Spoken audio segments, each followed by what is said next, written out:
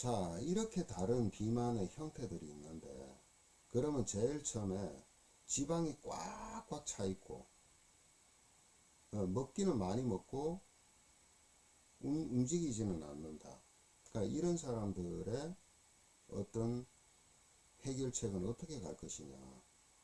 그 다음에 림프 순환이 잘 안 돼서, 배수가 잘 안 돼서 습기가 꽉 차서 몸에 그야말로 쓰레기가 산더미처럼 쌓여 있는 이런 사람은 어떻게 할 것이냐. 그 다음에 두부물살 같이 몸에 수기가 꽉 차서, 냉기가 꽉 차서 뚱뚱한 사람은 어떻게 할 것이냐. 다르잖아요. 물론 여기에 병적인 것도 있습니다. 갑상선 호르몬이 어떤 역할을 해요? 갑상선 호르몬은 우리가 음식을 먹거나 이럴 때, 음식을 먹을 때 모든 장기를, 그러니까 특히나 소화장기를, 소화기를 어떻게 합니까? 활성화시킵니다. 굉장히 연동 운동도 잘 되게 하고 해서 어떻게 해요? 이제 소화를 적절하게 시켜서 에너지를 낼 수 있게 만들어주는 역할을 하죠. 한마디로 차로 따지면 엑셀레다 밟는 것 같은 역할을 해줘요. 그 갑상선이 호르몬이 적절할 때는 상관없지만은 만약에 과잉 분비가 된다면 모든 장기에, 그러니까 그 소화기 장기에 그 운동을 너무 강하게 만들어 버리죠. 예. 이 사람들 돌아서면 배고픕니다. 바짝바짝 말라 있어요.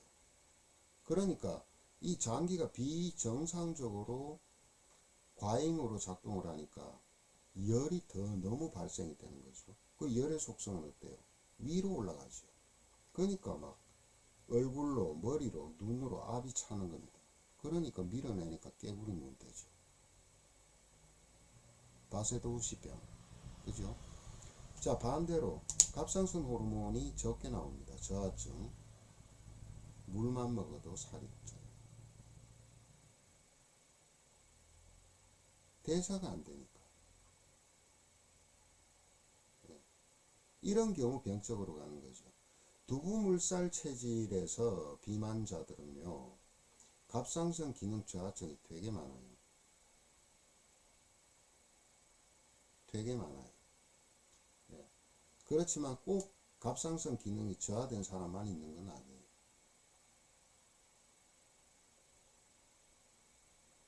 갑상선 기능 항진증으로 비만 있는 사람이 있습니까?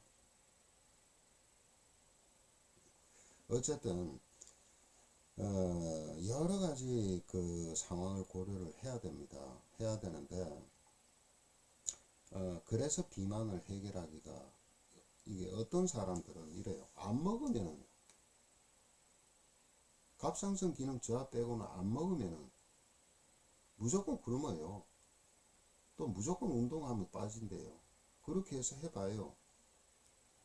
만약에 갑상선 기능 저하증이다, 아니면 두부물살 체질이다. 아까 그랬죠? 물살이 쪄가지고요, 혈관을 압박하고 있어요. 혈압이 높아져요. 몸은 냉한데, 그런데 운동한다고 그래요. 굶어요. 갑상선 기능 저하가 되니까, 어쨌든 저하가 아니더라도 신진대사가 안 되니까 체내 에너지원은 부족해요. 그런데 과잉 운동하면 어떻게 돼요? 잘못하다 저 세상 갑니다.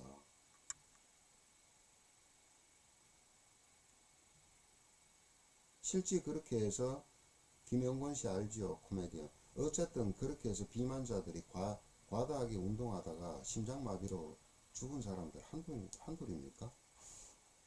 예. 여러 가지 그 어떤 방식들이 나오고 있지만은 어떤 때는 좀 지나치고 너무하다라는 생각이 많이 들어요. 위장을 잘라요. 또 적게 먹으라고. 어떤 가수는 그러다 죽었죠. 그러니까 좀 잔인하고 무식한 것 같아요.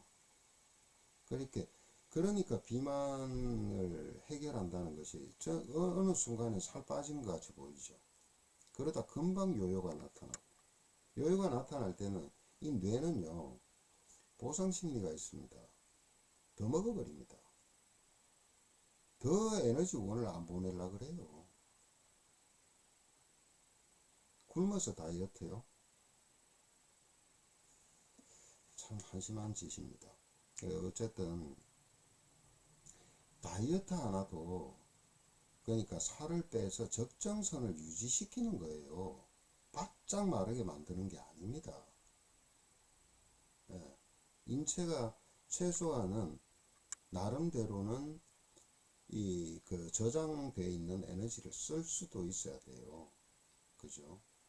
자, 어쨌든 올바른 다이어트를 하기 위해서는, 올바르게 체중을 갖다가 조절하기 위해서는, 몸의 균형을 맞추기 위해서는 비만의 형태도 정확히 구분이 돼야 되는 겁니다. 이 외에도 몇 가지가 더 있지만은 그것까지는 하실 필요가 없고, 그리고 이제 보통 우리가 이제 그 대체요법적으로 하시는 분들, 그 다음에 그 한약을 하시는 분들 잘 아시죠? 비만에 꼭 들어가는 게 뭡니까? 모카씨입니다. 모카씨를 많이 써요, 실제. 그걸 왜 써요? 기름 녹이려고. 그 모카씨로 기름 녹이는 거 들어보셨나 모르겠는데, 모카씨 처방이 들어갑니다. 율무도 들어가고. 한때는 그 약재 그 처방전 가지고 재미 보신 분들 많으실걸요? 오래됐지만. 근데 그렇게 해서 기름 빼보세요. 어떻게 되느냐. 기름은 녹았는데 껍데기는 너덜너덜합니다. 그래서 완전히 뭐라 그럴까요? 주름, 번데기 주름같이 돼요. 이렇게 꾸불꾸불꾸불. 탄력이라고는 없죠. 이런 황당한 경우 정말 많습니다. 또 어떤 경우가 있어요? 비만약이 불티가 났어요. 제가 아는 어느 한 곳이 있어요. 그 가까운데 약국인데 정말 못할 짓 합니다. 네. 인위적으로 갑상선을 어떻게 잘 하는 그런 그걸 갖다 섞어가지고 사람 잡는 짓 하는 거예요.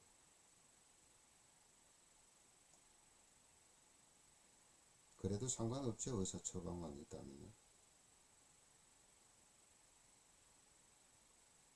사람 몸이야 망가지든 말든. 예. 제발 좀 그러지 말았으면 좋겠습니다. 그러지 말았으면. 예. 어떤 사람들은요 이런 얘기를 합니다. 아니 얼굴에 주름이라든가 이제 비만이라든가 이런 걸 하는데 속은 다 썩어 놓고 어떻게 껍데기가 좋길 바래요? 안 그래요? 그런 얘기 하시는 분들도 있어요. 그런 분들은 그나마 또 현명하신 분들이에요. 사실은 오장육부가 균형이 딱 잘 잡혀 있고 신진대사가 제대로 되는데 살찌는 사람은 없습니다. 없어요. 그리고 태생적으로 이 골격이 굵은 사람들이 있어요. 이런 사람들은 또 너무 빠지면요 몸을 유지를 못해요. 컨디션이 떨어져서. 적절하게 살도 붙고 근육도 붙어 있고, 예, 그런데 힘을 잘 쓰고 에너지도 잘 쓰고 활력도 있어요. 그런 분들 가려낼 줄 알아야 됩니다. 그런 사람들 억지로 다이어트 하실 필요도 없어요. 예. 근데 다만 걱정되는 건 이런 분들은 식욕이 너무 왕성합니다. 예. 근데 그런 분들이 늘 활동하고 운동하고 노동하고 할 수는 없을 때가 있을 거 아니에요. 그런 게 만약에 몇 달 지속돼 버리면 그대로 당뇨나 고혈압이 옵니다. 예. 그러면 이런 사람들은 또 당뇨나 고혈압이 와서 나름대로 또 조절하잖아요. 운동하고 막 하잖아요. 금방 또 괜찮아져요. 예. 그런 분들은 체질적으로 그런 분들이에요. 타고날 때부터. 그런 분을 제외하고는 비만 관리는 여러분들이 생각하시는 것 같이 그렇게 만만하지가 않습니다. 제가 말씀드리는 건 단순하게 살 빼는 게 아니에요. 요요가 없어야 돼요. 예. 그래서 적정하게 체중 유지가 계속 될 수 있도록 만들어 줘야 되죠. 그러자면은 어떤 과정을 거쳐야 될 거냐는 겁니다. 그것이 바로 요요 없는 비만의 핵심이에요.